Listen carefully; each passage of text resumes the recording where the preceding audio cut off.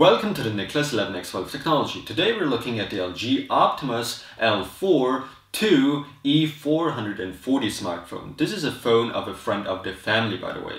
This LG phone comes in at a fairly good price point and comes with the Android 4.1 Jelly Bean OS.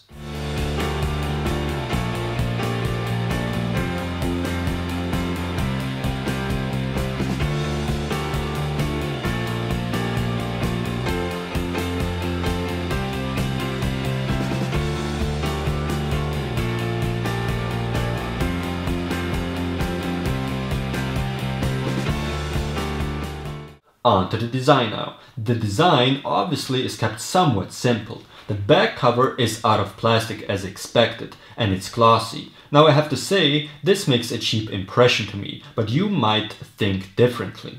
The phone feels a bit slippery in your hands, but it's okay as long as you don't drop it. On the bottom is the micro USB connection, and right here the 3.15 megapixel camera with an LED flash. On the top is the 3.5mm headphone jack, and to the right the power button, and on the left the volume buttons.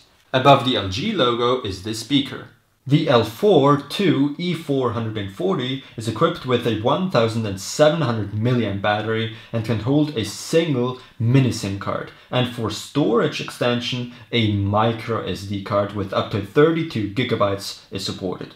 This L4 II E440 weighs 125 grams and is a bit on the thicker side, I have to say. This smartphone uses the ARM Cortex-A9 single-core 1 GHz CPU and the PowerVR SGX 531 GPU. This L4 II E440 has 4 GB of internal storage and 512 MB of RAM. A 3.8-inch IPS LCD touchscreen display is used with 16 million colors, a resolution of 320 by 480 and a pixel density of 152.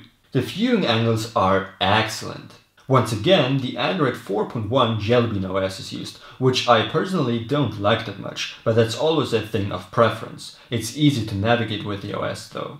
However, sometimes I experienced laggy situations with this phone due to the weaker hardware. As for apps, it comes with the most standard Android apps, and to get more you simply go to the Play Store. I've also downloaded some apps such as Flashlight and Fast Notepad that aren't installed on default.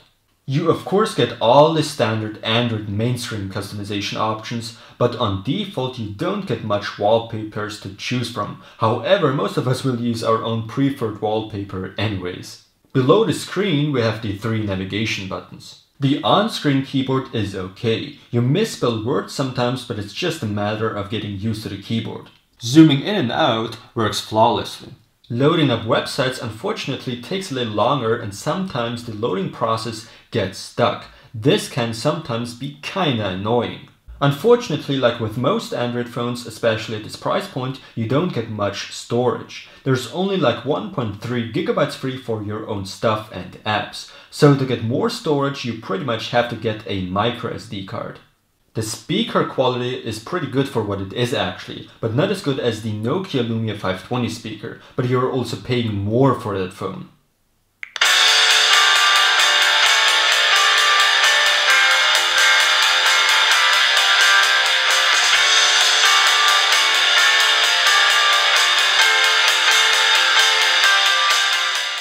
The camera quality is not that good, but acceptable for the price of this phone. It's 3.15 megapixels and there's also an LED flash. As for filming, it films at 480p at 30 FPS. The quality is acceptable. These are the photos I've shot with the camera and the video recordings.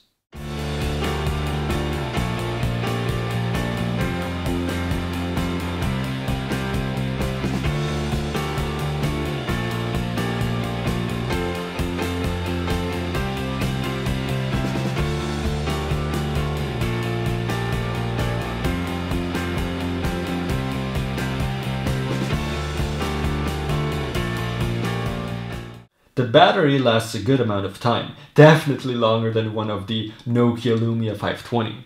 So yeah, overall the LG Optimus L4 to E440 is a good smartphone for a price. In terms of aesthetics, it's not the best looking smartphone in my opinion, but that of course is a matter of taste. I hope you enjoyed this review, which I tried to make as short as possible. I'd definitely recommend the LG Optimus L4 to E440 smartphone. Thanks for watching, don't forget to subscribe, and visit Nicholas11x12techx.com to see videos there earlier than on YouTube.